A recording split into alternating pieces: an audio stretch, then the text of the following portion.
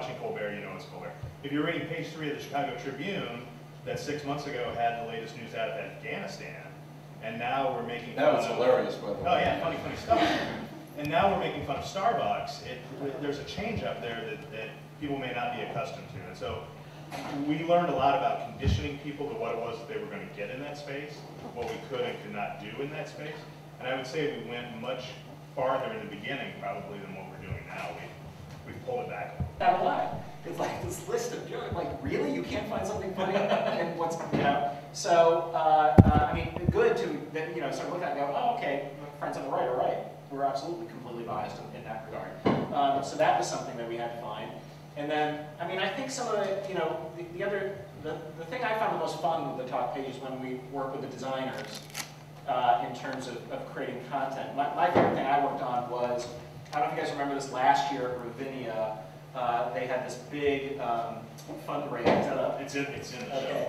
show. They had it was a concert that they charged a lot of money for, and then they basically kicked out all the people who were on the lawn. Because it was a big spender dinner. It was a big spender dinner, yeah. So they got to see like 30 minutes, and then kicked them all out, and people were pissed.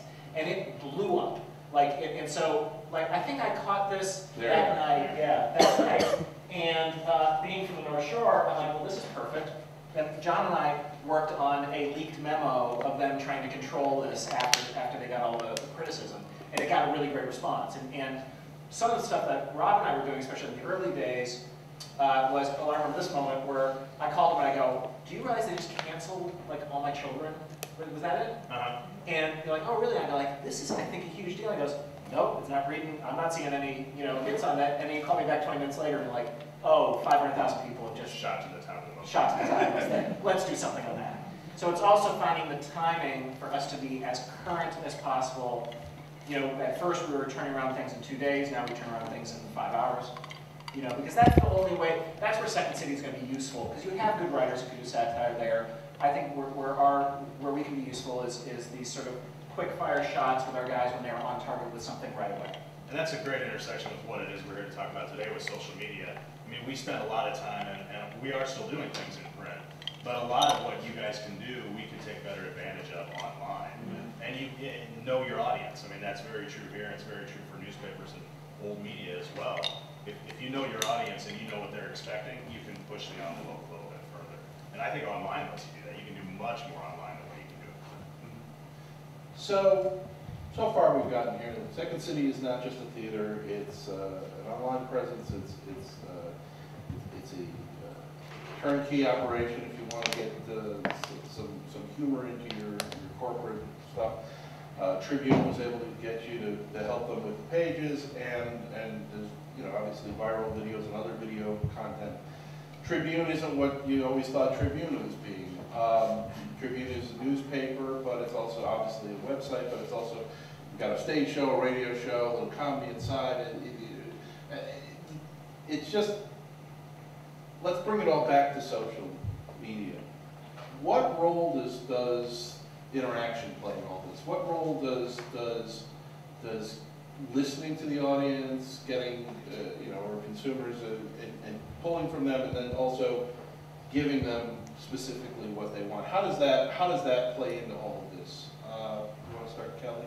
Sure. I mean, you know, if we are going to be what we always are, which is a company that on the stage is reflecting the audience and what they're going through, it's undeniable that there is a generation coming up that was bred on social media, and they act and behave differently. And so, you know, there's always going to be sketches you can pull from 1959 that work today. There's going to be one or two. You know, most of the stuff won't, and that's fine because it was of its time. And I suspect that will be the same with what's going on right now, where, you know, the Facebook thing, like, you know, there's a sweet 5-year chunk here where we can just plow through Facebook. You know, completely, everyone's going to get what we're doing. But after that, you know, I would suspect that might change and there'll be something else. So I think for the kind of content we're creating and when we're speaking to the audience, we need to be keenly aware of how people are getting their information, how they're disseminating that information from a content creation standpoint. And then for all the other businesses, it is then figuring out where that information is. So to Tom's point, we do a lot of stuff live in a room with these classes, and the classes are hugely popular. Can we do classes in that sphere? Can we, is that something to explore? You certainly utilize it constantly in your business. I mean, the kind of video work that you're doing didn't exist here 5, 6 years ago. Yeah, it's just, as I said earlier, it's just co-creating with clients and trying. Interactivity for us happens at a bunch of different levels, and I would say mostly it's about as we're trying to get an understanding of an audience. And you got to tell you, when we do the corporate stuff, the audience can be very narrow. It can be a specific company and a specific function within the company. So understanding what's interesting and funny and relevant to that audience involves, by definition, us working with people who are of that world, who can give us the insights that lead to the funny. So I think I don't want to go over everything that I said before, but I do think the idea of co-creation, that is hardwired into how we do things. So whenever we're creating new content, whether it's live or for the web, or any kind of video, we really co-create with clients and ultimately the consumers that they're trying to reach. I would say it's where our audience is now.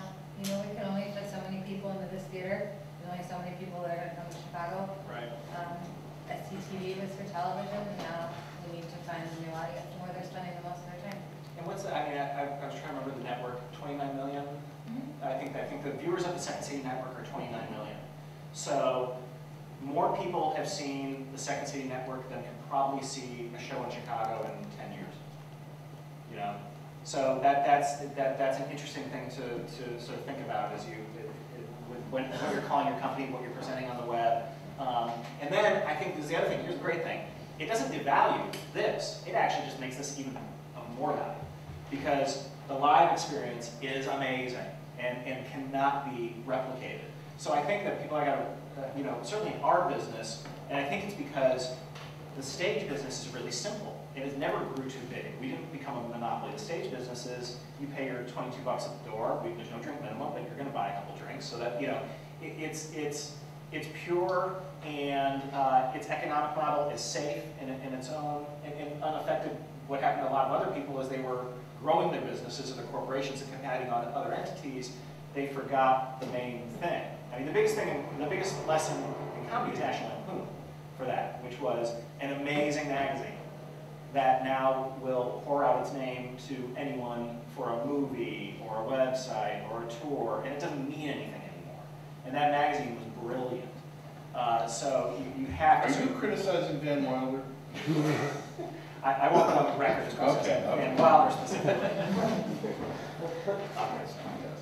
Well, I would bring up the dark side of some of this, and that's the need for revenue, and that's.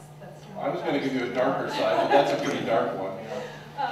And I mean, one of the things that we need to do with Chicago Live and the newspaper is bring in advertisers and sponsors to keep us going. And so, in doing that, we put on this wonderful stage show in front of 200 people once a week, and then we reach about 25,000 on the radio. And how do we reach more? It's always about how can we reach more people, and how can we bring this in front of more eyes, basically. And It doesn't necessarily have to be more eyes; just has to be, more money per eye. more money per eyes. But first, we've got to get that volume up a little bit beyond 200 people there. I mean, if you had one person who was willing to pay you $3 million to see Chicago Live every week, you'd probably say, okay, that's good. That one person. We're good, yeah. Yeah, we're good. Is that good? You got it right. You know where I'm going.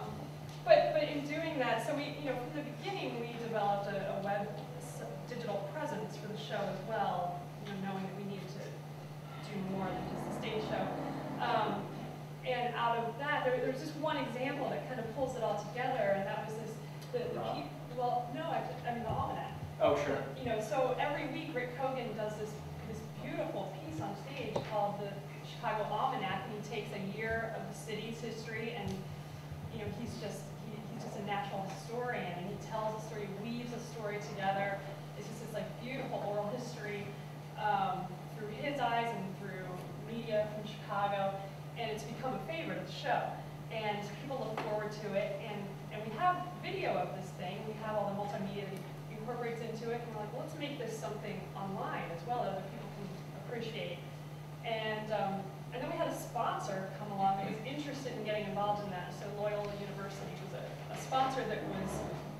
zeroed in on that thing and said, well, how can that become something more?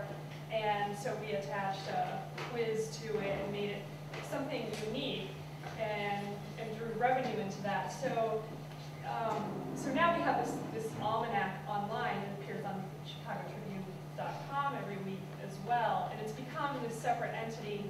But I think it speaks to that idea of taking a live performance that's unique and then finding pieces of it that work in other ways, and the only way you can do that often is through the digital side of it and social And I media. have one with regard to, we had Ron on the show, and Rick, it got a little testy, and Rick had said, where are you going to send your kids to school? And he goes, it's none of your business.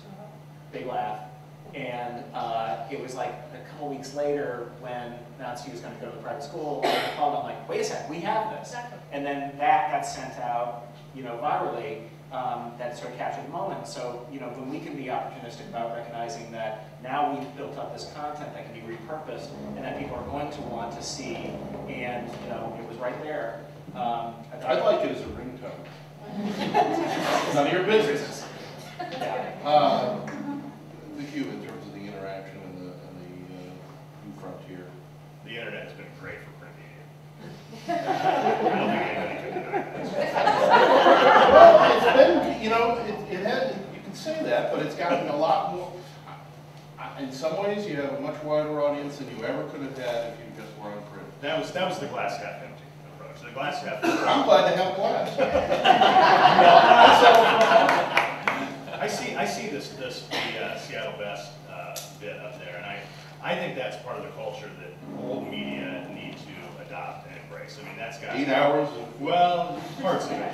It's got your advertising component. It's got your audience. It's got your interactivity, and it's online. And that's we need to be doing in our industry, not just the Tribune and Tribune Company, but old media in general, need to be doing more forward-looking, forward-thinking, progressive things like that, and not just waiting for the old traditional advertising to come in, because it's not. But you got to be careful about it too, because you can't have, you can't have advertising has always been part of commercial media. It's just the way it's always been. But part of what's made newspapers and certain media valuable is that the advertising hasn't influenced what was in there. So, I mean, when you're talking about, there's a fine line to There are separate sides of the house there, sure. I'm talking about old media in general, not necessarily a newspaper company. But you also have the web, I think, provides a different platform where the rules are different. I think that you guys the have brand is the same is the problem. Correct. Yeah, but I would also suggest that your audiences are going to be more and more savvy, especially your young audiences, and they don't give a shit. And the other thing is, I mean, you have comic pages. That was my big argument or the big topic of conversation was I really feel like what the comics page is going to become is Colbert, Daily Show, and that kind of thing. Unless, of course, they're excerpting certain books. Yeah, I mean, I didn't agree with that completely, but part of Where was that on the spot page? Wouldn't that have been placed in? We just didn't have enough room for that one. Yeah. Do you guys know about that? Didn't The Doonesbury thing? Yeah, Tribune spiked the weeks of Doonesbury because of the pay. Which has always been a part of cartoon. Yeah, yeah.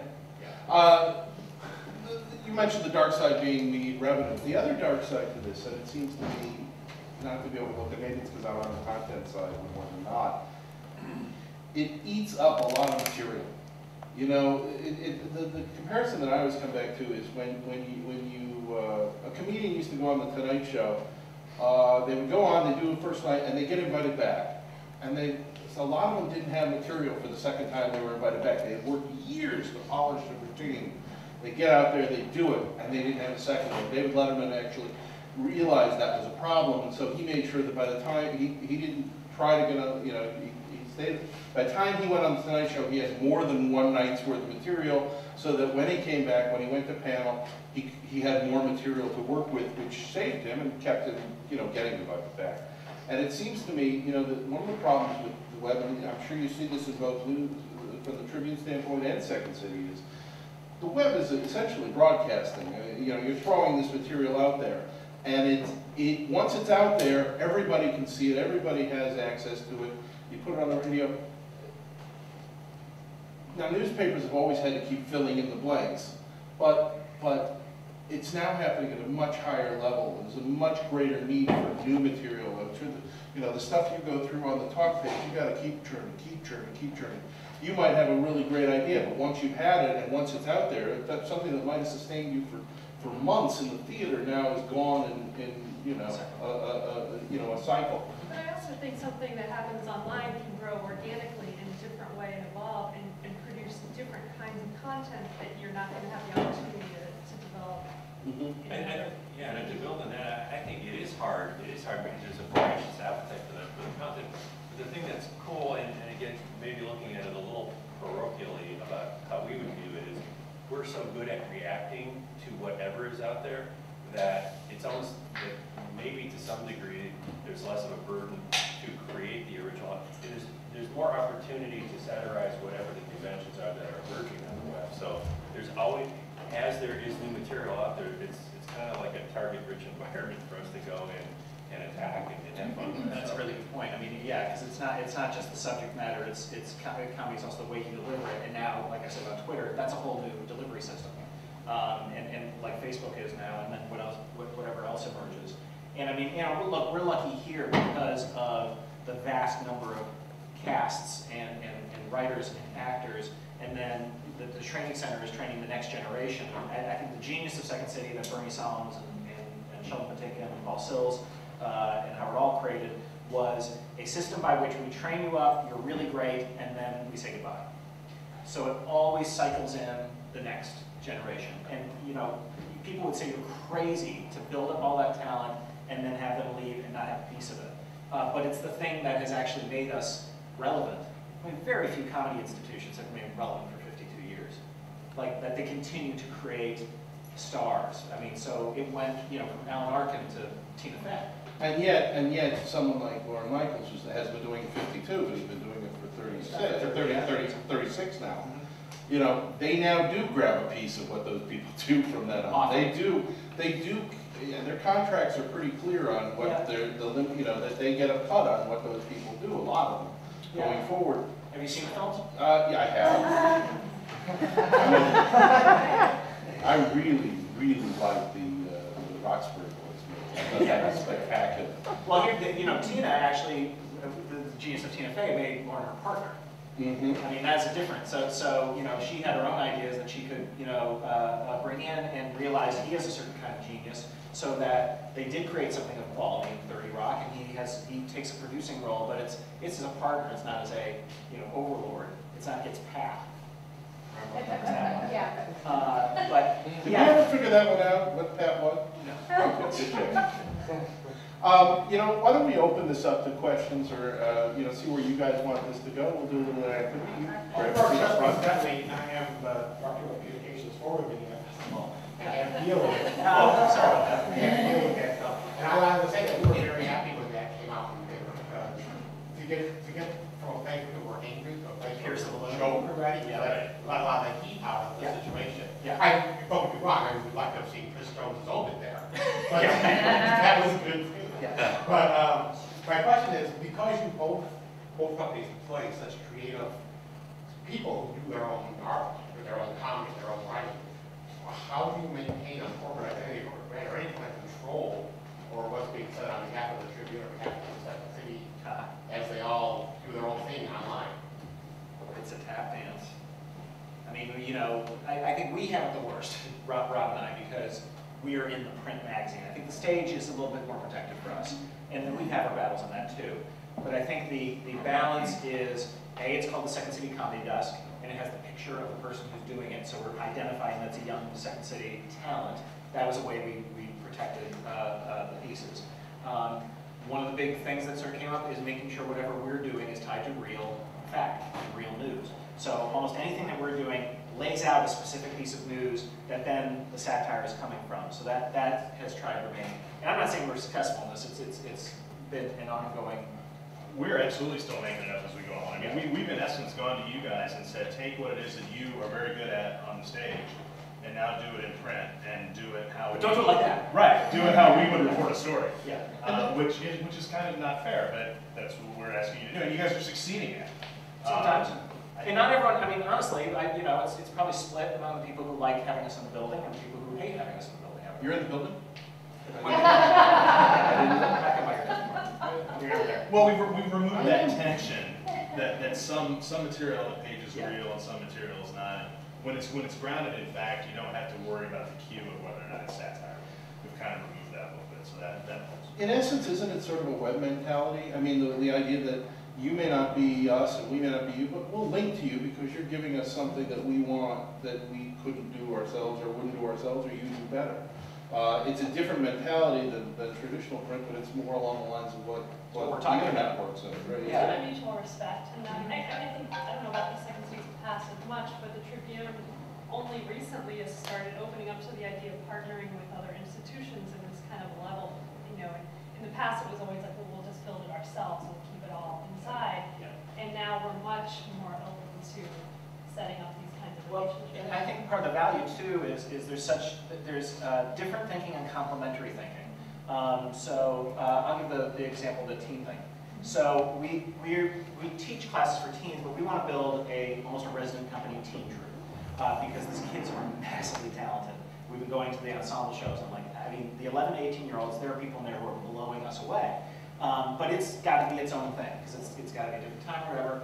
And we were in conversation, and I'm like, hey, so we're thinking about doing this. And I didn't know the Tribune has a product called MASH that is written and edited and compiled all by high school students and is in every public school, in many of the private schools, like 180 schools. And these kids come in, it's amazing. It's a spin-off of Red Eye. It's they bring in students from the schools to produce the content to do it. All we do is sort of We oversee it. curate. We're the adults.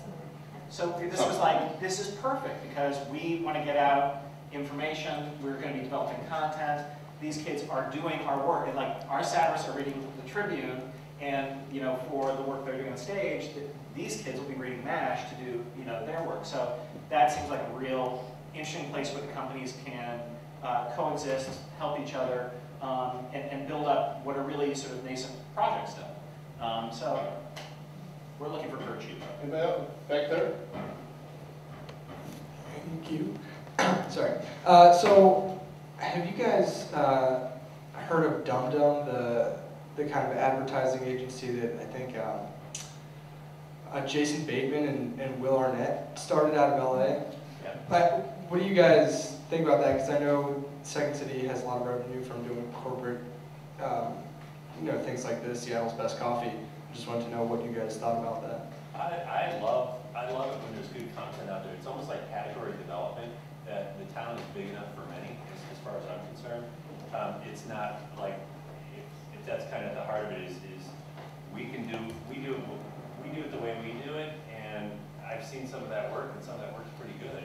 And so what I like, more than anything, at least as a guy kind of representing that side of our business, is I like to see more good work, because as there's more good work, it just makes it safe for people to take this approach. So I think it's less about individual entities trying to figure out who's better than the other. I think it's just about, hey, let's all create a new way and do work like that is cool and effective and innovative. And in doing that, kind of the rising tide lifts all boats, in my opinion. Right. I don't know that we will ever, or at least in the near future, hang out our shingle as an agency. Yeah. Again, part of the Second City is completely nimble, completely unique. We work as agencies sometimes in an advertising sense with an end client. Sometimes we like to work with the agency, so if you know those guys, someone give us a call. Yeah. I mean, what you've touched on here is also sort of something I don't know that we got fully into. You come into these things with a strong brand, with something everyone knows and thinks they know. But I gotta think sometimes that works against what you're trying to do. There's sometimes when you want to move away from what people know and think, and you know, so that you can expand your reach in your audience. Talk about that challenge. Constant. I mean, you know, our owner is constantly trying to rename all our divisions. he's you know, For he doesn't. blowback purposes or for expanding the No, market? because he doesn't want to corrupt what's true. You know, so the you know, we never accepted, and still really haven't, corporate sponsorship for Second City proper ever, and we've been offered it a lot of money. So, you know, I don't think you'll ever see Coke over the sign at Second City, because for Andrew, it's that sort of sacred space, and also he doesn't want to get in the situation, which I've been in other situations. So we did a show in Denver. We were making fun of whores, and found out that they were the presenting sponsor of the series. And the guys came and they were like, I hate to have this meeting with you, but you know the thing about whores bashing gay people. And I was like, well, we're not taking it out. So I mean, we'll let you cancel the contract, but I can't. You know, I called Andrew. That's what he said to do.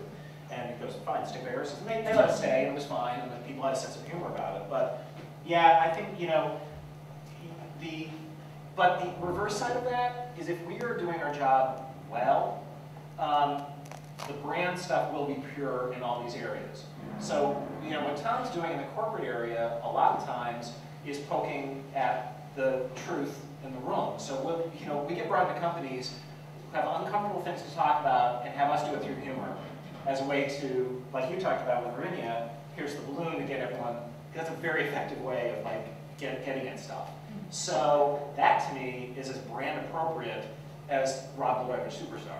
Yeah, it's not about, because people are people. Whether you work in your job at Motorola or you're in this stage, you're a person. And so I think if what we're trying to do is some of the things that are timeless and eternal in Second City is whatever the conventions are, we like to, you know, turn them over, upset the apple cart, as long as we're using smart, intelligent humor, as long as we're grounded in improvisation, as long as we're willing to.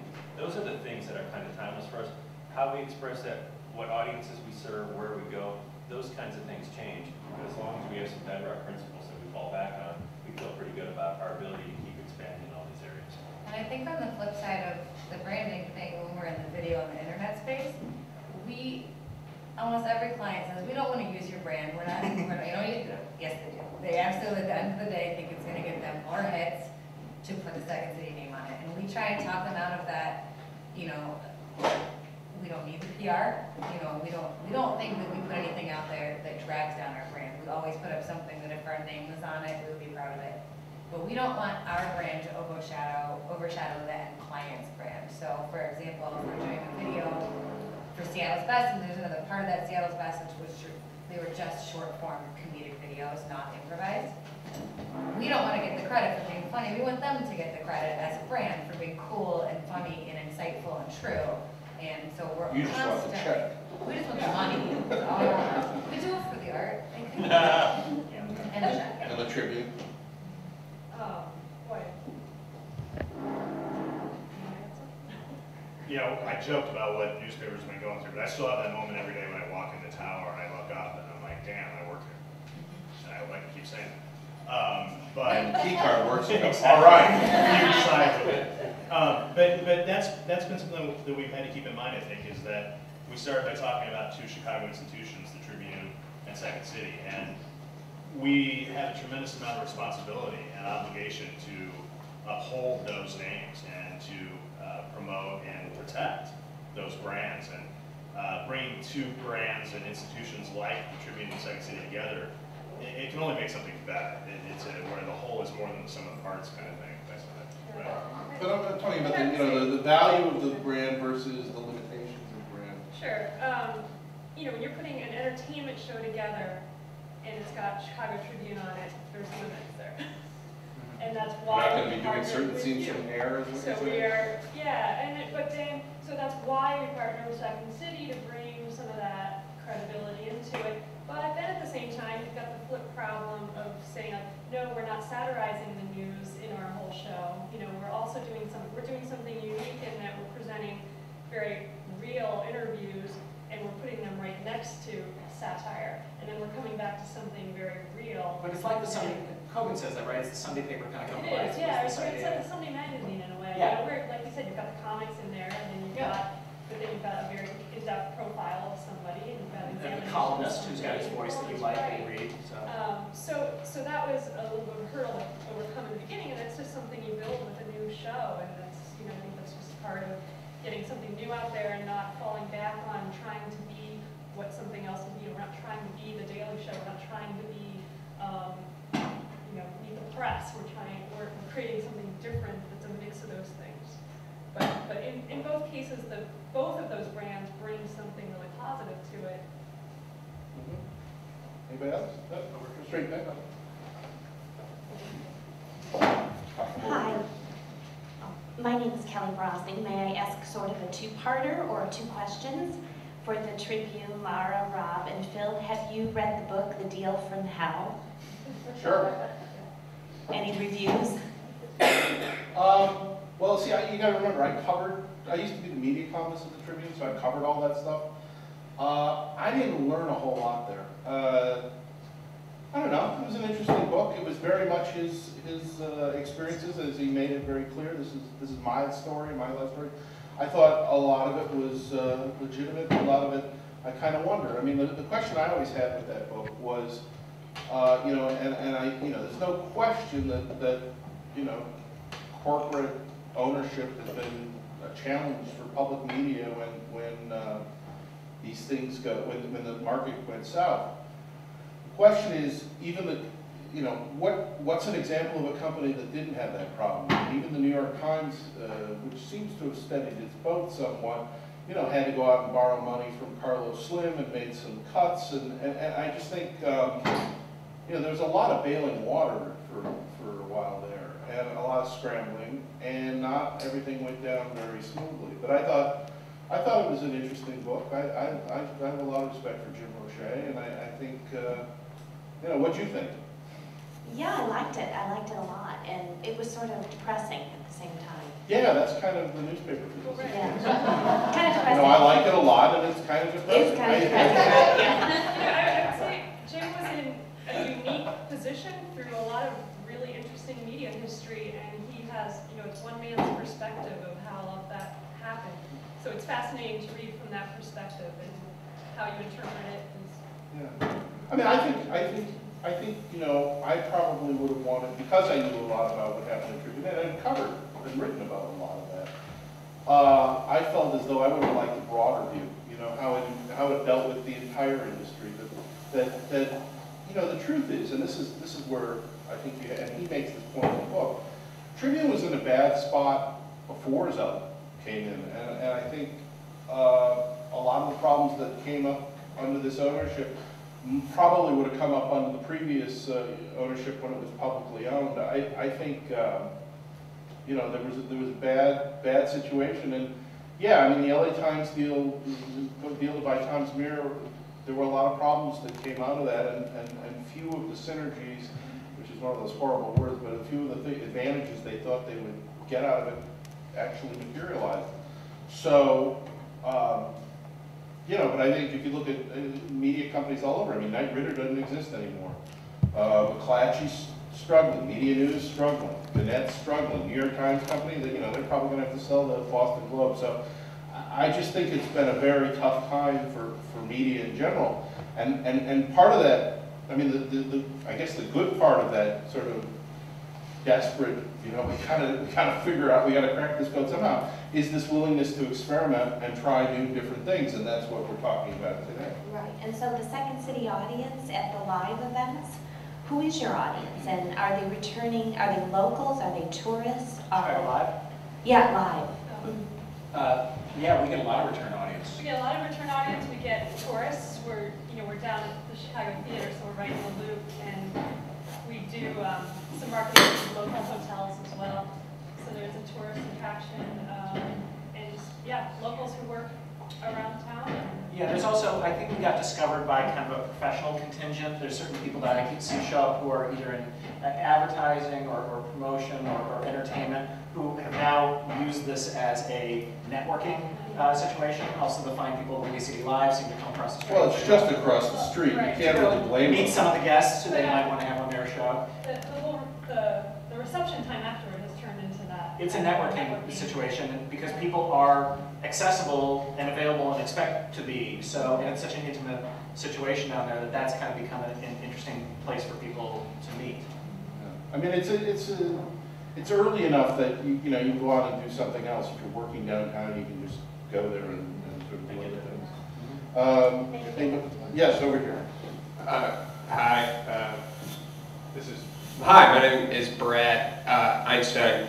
I had a quick question just because I was lucky enough to study with you guys for years and years, and I'm going to be an employee of yours, I think, a week starting. And I just had a quick question. We're all in here, you know, Brad. Before I moved here, I worked in for a couple of websites in New York, and it seems like the Second City Comedy Network has a is uniquely stuck between a lot of the upstarts in New York and then Funny or Die in LA, and there's such an amazing pool of talent here, but it's fighting. I can't help but feel like kind of an uphill battle against places that were a little bit more had a larger web audience, and I was just curious as to where you guys were hoping to be against those websites in your online content. There's not that many that are more. I mean, UCB's not more. Funny or Die and College Humor are huge. And they got into this way earlier. So I'm actually astounded that we got up to the numbers we got to. And we consistently, there's not a single video that really gets under 10,000, which in that sphere is kind of crazy good. So what we have opted for that is different from all the other sites is it's all our stuff. We don't accept content from other people. So if you go to, I mean, you know, Adam McKay's a dear friend of mine who's one of the founders of Funny or Die, but, you know, they have 10 incredible videos and 1,000 shitty videos. And you know, and I know some of our stuff doesn't hit for everyone as well, but it's much more, you know, what, about 4 or 5 videos a week that are all produced with talent very specifically look to kind of have a satiric point of view. I'll give you the motivation was simply, let's get in the sphere, and it was driven by our owner. So we were doing some stuff independently, and he just sort of said, no, I'm going to fund it, do this network, hire some full-time people, just do it. Along the way, we've been able to get enough advertisers to kind of break even, which is a good thing, because Funny or Die does not make money. Those who they don't make money. College Humor does, but Funny or Die does not. So the other aspect of it that's been great is at least 3 different pieces have turned into development deals with studios. So either specific to the talent or the company, we've been able to generate some movement that way. And more, you know, CAA has a department that all they do is these like 5 kids go through every day and look at the new viral videos and then try to pass on stuff that they think represents whatever the cutting edge is. Very few of those things have ever worked yet. You know, Shit My Dad Says was one that came out of Twitter that didn't work. But one of these days... Well, some would argue that just selling the TV show and getting it on the air made well, something, yeah. I would just say, sort of artistically, we have yet to see the fruition of this turn into full-on, you know, content that's made it into mainstream. Well, Lonely Planet's pretty... Yeah, but that's not network. But yes, the Lonely Planet? Well, I mean, they're pretty strong presence on Saturday Live. Oh, yeah, well, some of them, I mean, it's not all. Hell, they did a medley on the Emmys, not that that's necessarily mainstream. Yeah. I think, and indeed, in cable, it's definitely there. There's a Human Giant, there's other groups that have made that thing. I think the leap for everyone, cable, by the way, does not pay well. That is not, I mean, you can't live in New York on cable really and pay, you know, your rent. You've got to be doing a lot of outside stuff. So the real or be Jon Stewart or Stephen Colbert. Or Jon Stewart or Stephen Colbert in a major kind of presence, yeah. So the real thing will be when that hits either on a network or that model is going to change, which I think we all know it will, and that will become a whole new thing. And I think what you're, sort of the other thing that this is again part of the online difference between old media and new media.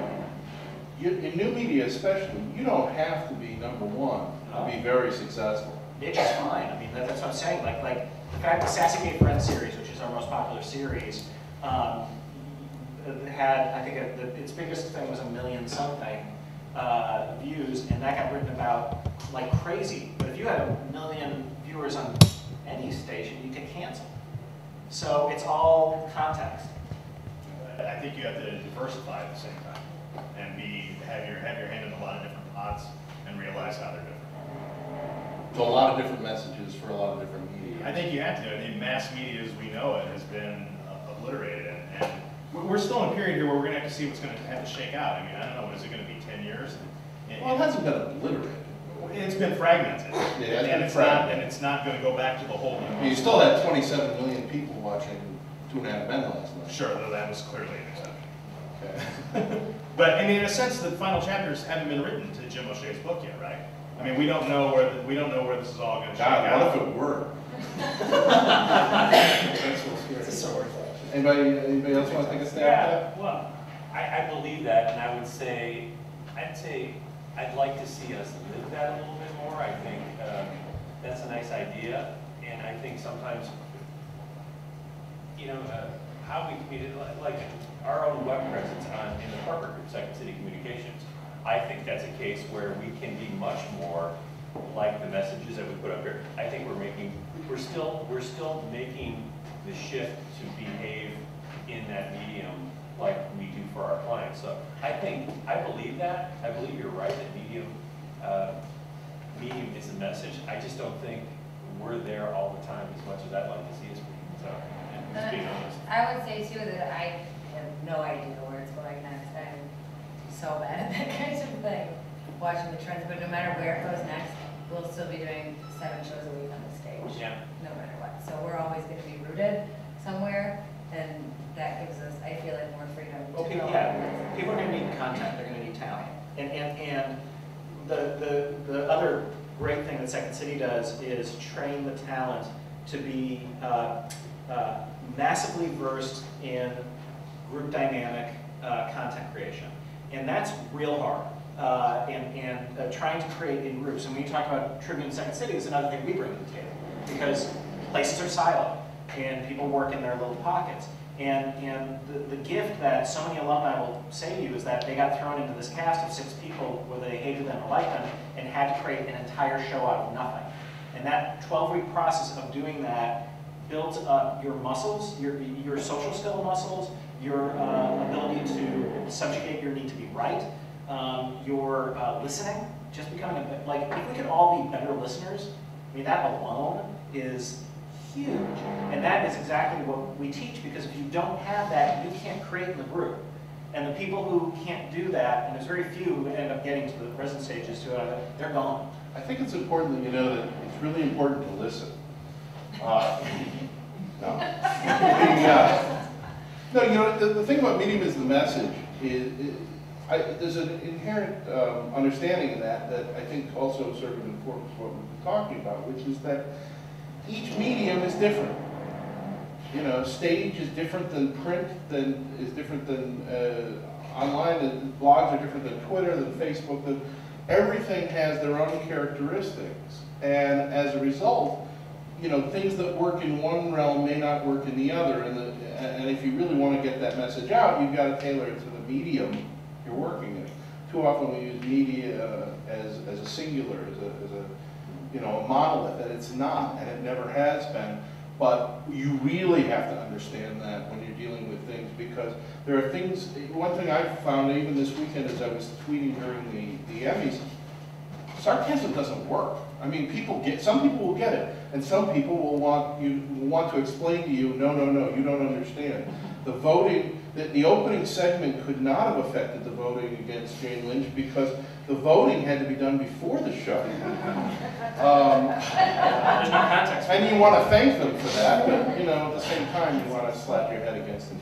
Well, but that's you know, the trying all the different mediums of media for this to figure out where the message fits here, or how you tell that message in different voices. That's Is it. what you're trying to do. And so what I think is cool about the work that we're doing is that in the collaboration, we're getting an opportunity to try some different media in a way, in different ways, and see, you know, how do we develop a voice over here that's different than over here, and how does, you know, how does the talk page content evolve in a way that maybe eventually merges into something that Chicago Live's doing on stage.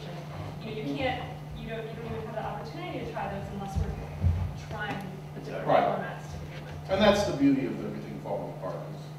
It absolutely is. That is the leaping. I mean, that's where innovation happens.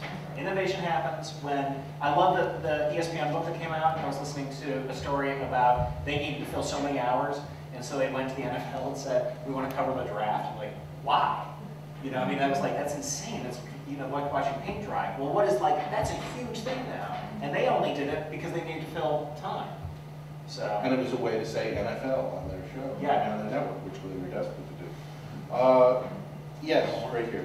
Yeah, I'm curious because Somebody you there. you talk a lot about kind of innovating on a bunch of different channels, and I was curious if you could kind of speak to, I think we all get that there is this huge value of social media, and everyone gets it, and we're all listening, and you know, you can engage with the audience, but how do you speak to the value that still exists with traditional media and that relationship? Well, that's where the money is. Well, it is where the money is. But I think at the heart of, at least what we do in the Tribune, and to a sense of what you do at Second City, is the storytelling. It's that core content, you know, and so every single thing we do, whether it's, you know, through Twitter, Facebook, or online, or in print, or whatever, comes down to telling a story and sharing information about, in our case, about Chicago or the world. And so it's, you know, if you can't tell those stories and be a credible source for those stories, then all of that other stuff isn't going to be relevant. And an editor who no longer works at the Tribune used to say in meetings, before I got there, I heard about it, you know, when they would talk about, we're going to start Red Eye, we're going to do this, we're going to experiment with that.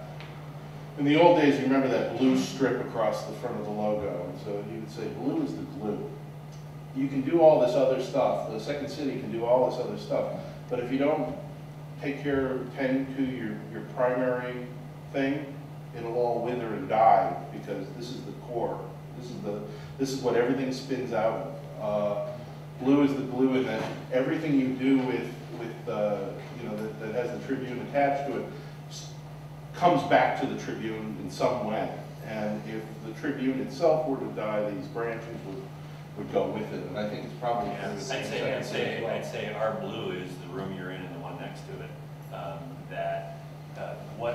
These are the bedrock things that allow us to go do some of the innovative things. We're not forsaking roots just to jump into what's new. So we're still very much in love with the traditions and the things that make us who we are. And the place is venerable in many ways, but we're also trying to be as bold in our exploration of new things as we want to be on the stage. So, but as Phil said, without this being solid here, all that other stuff, it doesn't mean really as much. I'll say as a reader of the Tribune, I really value that I trust the source, that I'm going to get actual news that I think is accurate.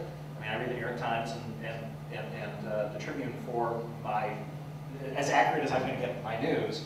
And I recognize that Drudge Report is not necessarily going to be accurate. It's entertaining, and it's going to have some particular slant, and same with Huffington Post. But you know, and I used to be big readers of those, and I kind of discounted now because I don't have time, because I really want to get to, give me the, you know, what the information is.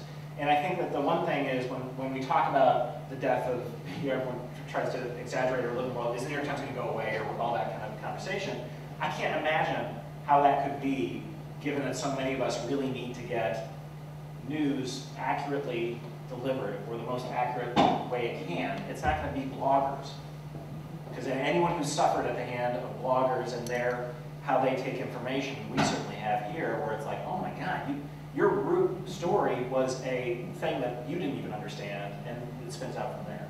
I mean, bloggers are part of the news ecosystem. I don't think that's, you know, that it's a different world, but I think you need other institutions in there in the mix as well. And again, it's sort of like that as well. If the big tree dies, the swamp's going to go bad. You know? I mean, but is that pretty good? Over here? Hi, my name is Sean Cooley. I'm a conservatory student at Second City, and I'm also a web editor at the Tribune. So I'm like right in the middle of the background for this panel. How did you avoid sitting up here? My question is about to the Second City contingent, and it's a little bit about social media interaction. And I promise I'm not muckraking, but last month at the Del Close Marathon out in New York at a comedy show, the former Second City employee gets up in the middle of a comedy show, tells a story about taking advantage of an inebriated woman after a comedy show one day back when he was working in Chicago. The story gets filmed, the video goes viral. I see it on my favorite blogs the next day. Outcry from women's rights groups and just online in general. It's driving a lot of traffic. I'm wondering, from the Second City's perspective, what is your reaction when you're kind of maybe possibly on the negative end of viral traffic? And also, what is the social media approach to interacting with fans and responding to an incident like that? So I was on vacation in Michigan, having a real nice time. Yeah. And that link got forwarded to me from someone, and I looked at it and I sent it to our folks here. And I was real proud of what we basically did, which was, we're going to send this to the police. That's what we're going to do. And we did that, and we said that, and that took care of our role in it, in that sphere at that time. And it was the right thing to do, and it was, again, one of those situations where I don't know what we're dealing with. I don't know if the story is real. I don't know if this guy worked here. I found stuff later in terms of, yeah, he did. I still don't know if the story is real. I don't know what's going on. This is living not in a credible news area so much as and that's a blog sphere. And we went back and forth on it, and we're like, really the only thing we can do is hand this off to the police and the authorities to decide if there was something untoward there. And I don't think we do anything else.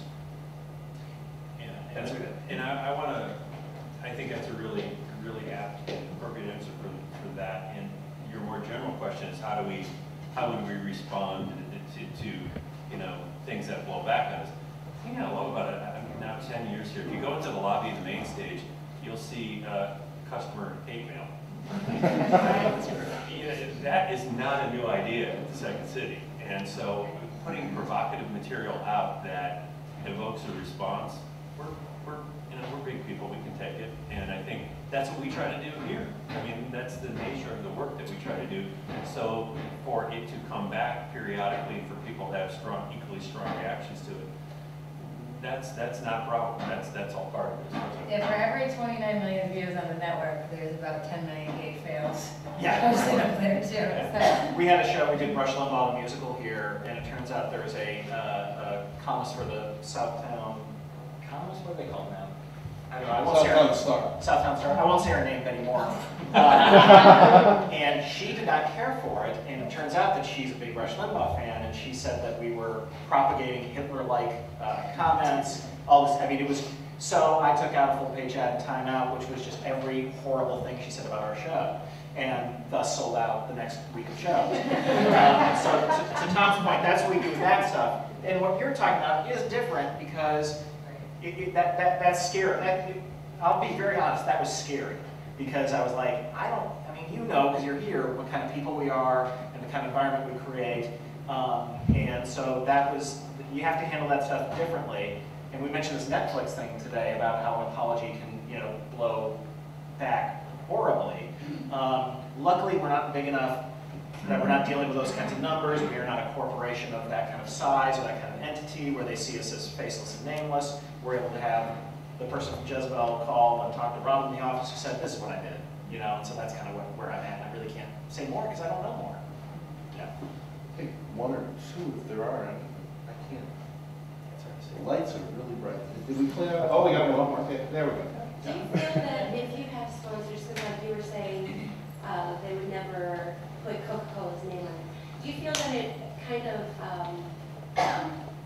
censors what type of content you're presenting, both in the written and on stage? That's the worry. I mean, like I said before, and I think Coca-Cola was the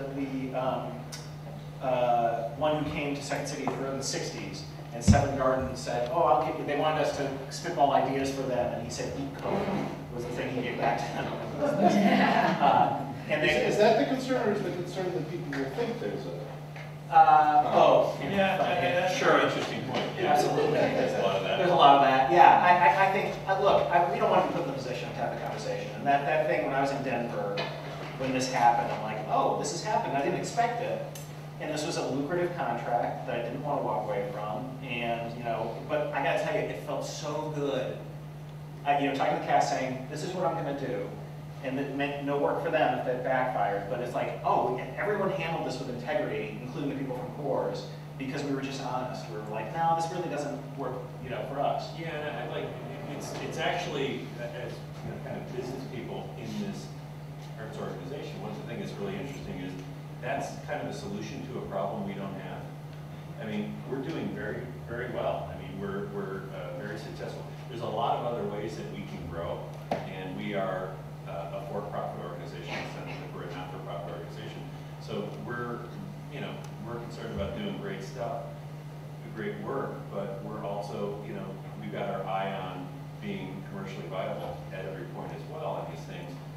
but that's, for us to take that risk, there's been so many other ways that we can grow the business, that we've shown that we can innovate and grow without even having to take that on. So we just said, no, we don't need to worry about that. Yeah. I think we may have exhausted everybody here. Is there anything that we didn't touch on that you thought maybe that you thought about as we were talking about that you want to add to any of this? I'm still trying to figure out Foursquare. I mean, I think I got down the principles of it, but I'm You're not. supposed to check in here. I checked in. Did you? Yeah. Someone is in your apartment. Yeah, anything, anyone else? Well, if that is it, I want to thank you all for coming out. Thank you on the web.